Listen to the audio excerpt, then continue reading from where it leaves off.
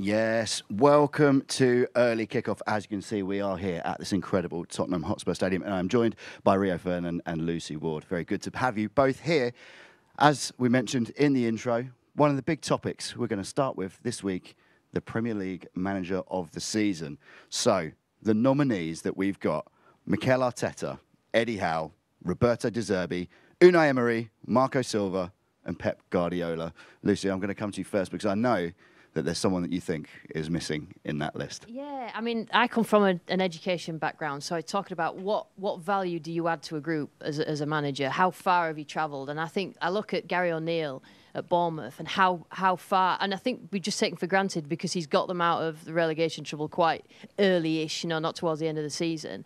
And I think that his tactics are quite simple. He plays in a simple way. But I think the clever thing about him is that he notices things that happen on the pitch and he makes changes depending on what. And that takes a little bit of experience as a coach. In an environment that's pressurised when his team's at the bottom of the league, and he does make really good decisions. And I'm surprised that he hasn't been included in it. I mean, there's some big hitters there, but I like to look at the fact that.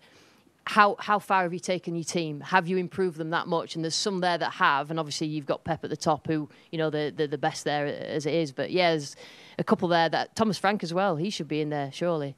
It is funny with Bournemouth because I think at the beginning of the season everyone wrote them off straight away. They were the first team that everyone thought, oh, they're gone. And like you say, Lucy, they have sort of cruised to safety in the end. Yeah, there was no doubt in my mind they were going down. They were the first team that I mentioned, and probably most people would have said that, like you say. But Gary O'Neill, what he's done there has been nothing short of remarkable. Going in and just galvanising a group of players that would have heard and seen all of the betting would have been on them. Everyone saying that they're the first team, but you get that siege mentality, and he's created that there, and they've done a fantastic job of getting out. So with games to spare as well, which is huge. So the pressure's not on. They're walking around in that beach city now, just chilling. Yeah, literally on the beach. The sand getting through the toes. It's beautiful for them. So they can just chill out now. But yeah, there are some great names on there.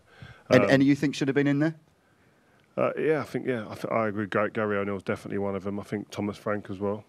Another one. No Ten Hag. Think that's fair?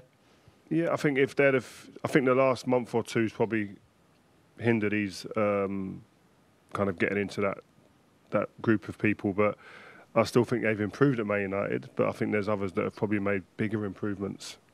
I look at Ten Hag and I think that because of that, they reached a point in there where the fixture congestion and the injuries hit, and I think that has stopped him from being, because I think he's done incredible, after the start that they had to the season, I think he's done an incredible job. Man United, so difficult, a juggernaut to turn around that, and he did do that, and everybody was good. And then just right where the pinch point of injuries to major players, and playing midweek Saturday all the time. Again, he probably should be in there if they get into Champions League. If they get into Champions League football and they've got a trophy, they could have two. Has he not sort of done what's expected of him, though? No, it's what was asked. It wasn't expected. Whereas the others you feel like have kind of excelled. I mean, I think all the other managers you think have had surprising seasons, or Pep and Arteta have obviously had incredible seasons, but Ten Hag has probably done what the board wanted him to do, asked him to do. Yeah, I think that's the remit would have been that. Champions League football, and if you get a trophy, well done. But if not, just Champions League football is what we want. But again, this is being spoken about. There's not a guarantee Man United are in that Champions League top four spot. They've still got work to do. So that's why probably his name's not in that group. But if he gets Champions League, then he should be in that group, because I think Man United, like Lucy said, it's a big juggernaut to kind of turn around and change the dynamic of that football club. And he's done that, and he's had some big, massive decisions throughout the season to contend with, and he's dealt with them perfectly. I feel like when it comes to these awards, Pep Guardiola, everyone expects so much of him that he seems to not win them very much. I don't even think he's won a Manager of the Month yet. He's up for Manager of the Year and looks like they're all but sealed as champions. Do you think he's almost a victim of his own success in these things? Yeah, I mean, obviously he's done brilliant. He's probably the best coach in recent times, I would say. I love doing his games because he's so structured and you can see what he's trying to do. And I think the key thing that he's done this season is switching, because they didn't get that much joy out wide, and everybody's talking about Haaland and he's spoiling what they're doing.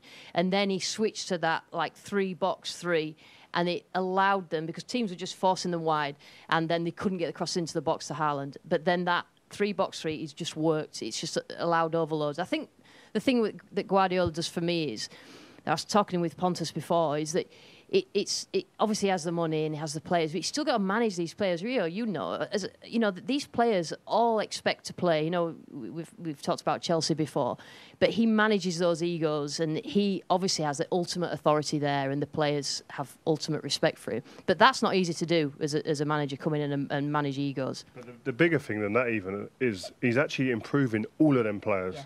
Like Jack Grealish, £100 million player. Oh, can he improve?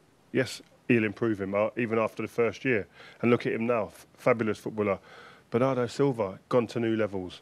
Kevin De Bruyne keeps going to new levels. You look at these, Haaland's never done what he's doing until he's come here. He's improving people, bringing new dimensions to their game. Who would have thought that Nathan Ake would go in there and be one of their most integral defenders when he was playing? You look at it and you think, well, it's a joke. John Stone's doing what he's doing now. Like, he improves players, and that is the hallmark of a great coach. And Akanji, another one, right? Akanji, yeah. Yeah, I think what he does as well is, because I think an obvious example, Calvin Phillips. So everybody's gone, Calvin, he's hardly played.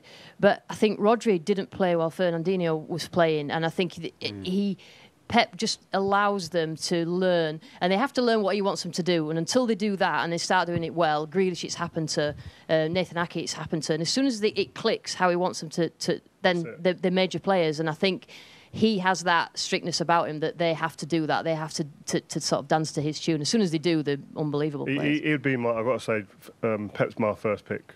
But it's like, who's next out of the others for me? Yeah. Of course, you can get in touch using the hashtag Eco, and we've had a message saying that. How can you not give it to the title winner? This is from Chris, who could also complete the treble. I mean, it's fair enough, isn't it? There is only one instance in the history of the Premier League that's been done. If he manages to pull it off, it almost has to be him. The conversation's over. I think it should be over now. The way in which they've gone about winning this league title has been they've come from behind. They've looked imperious in the business end of the season, and that's the experience that they've got over the last few years under Pep in knowing how to navigate this end of the season. And they've just been, you could see they've created a fear in the league and in Arsenal, who are their rivals, who crumbled under that pressure. Yeah, let's talk about Arsenal and Newcastle as well. The other sort of big names or successes in the league this season. Eddie Howe, probably a surprise that Newcastle are doing so well, and Arsenal a little bit as well. That will probably serve them well in the votes of this, that people weren't expecting them to do as well, right? So Arteta and Howe. Yeah, Arteta, extraordinary season. I think if you just look standalone, I think that they looked a little bit dysfunctional, Arsenal, and he's just turned them young team. They look vibrant. The way that they play is really effective.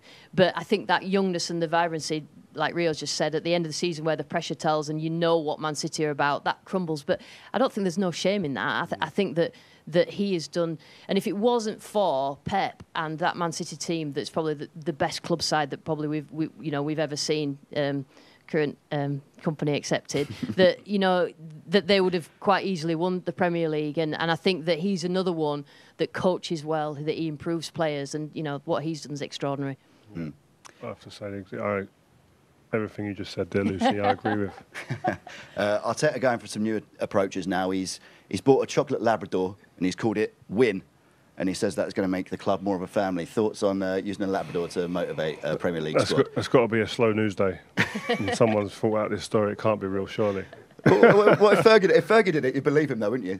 No, he wouldn't have done that. No, I don't know. If that's what's going to float their boat and bring them success, then great. But no, I think Arteta's done a great job there with bringing it from where they were when he got there to where they are now. It's huge. But I have to say, Eddie Howe.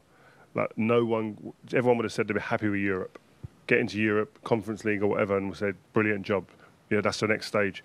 But to do what he's done, Champions League football, almost there. I think it's just that. And I watched him against Brighton the other day. Brighton are a fantastic team, give everyone problems. They absolutely dismantled them, overrun them, overpowered them. The energy in that squad, in that stadium now, the place is vibrant. And he's just done it with that cool, calmed approach, just gone through it very meticulously, and to do that under that kind of, he's in a fishbowl there.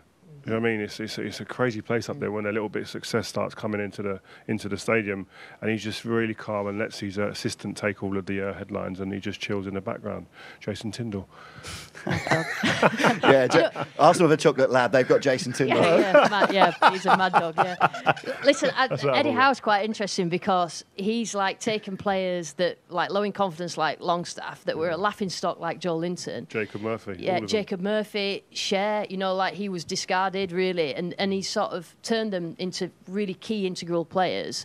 I think the recruitment's been quite savvy. I don't think they've gone sort of really high. They've just sort of horses for courses to get him to that next level. But I think he's another one that improves players. And, you know, he's slowly turned Newcastle into like a back foot team right to a front foot team. He's done really well. The one thing I'm looking forward to and interested to see with Eddie Howe, their recruitment, like you say, Dan Ashworth behind the scenes and the people that run the club very, very calm and cool and collected doing that and a measured approach. It's the next level of player that they're going to go for. They were fine getting them players at that point. But now they're maybe going to go into the superstar type of region, and then it's about managing those different types of characters, and that's why I'd be interested to see where Eddie Howe is with that.